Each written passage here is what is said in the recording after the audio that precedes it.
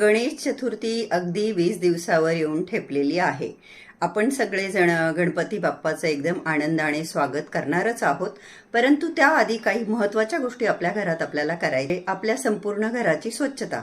आपल्या घरामध्ये जर काही तुटलेल्या, फुटलेल्या, बिना कामाच्या वस्तू असतील तर त्या आपण घराबाहेर काढून टाकल्या पाहिजे.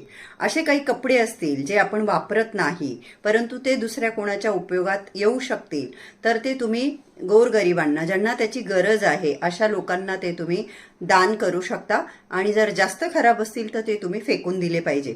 त्याचबरोबर आपण घरामध्ये अनेक फुटलेली भांडी, दांडीचे कप तुटलेले, एक कान गेलेली कढई, अशा अनेक वस्तू घरात ठेवत असतो. तर त्या वस्तू देखील आपण घरातून काढल्या पाहिजे.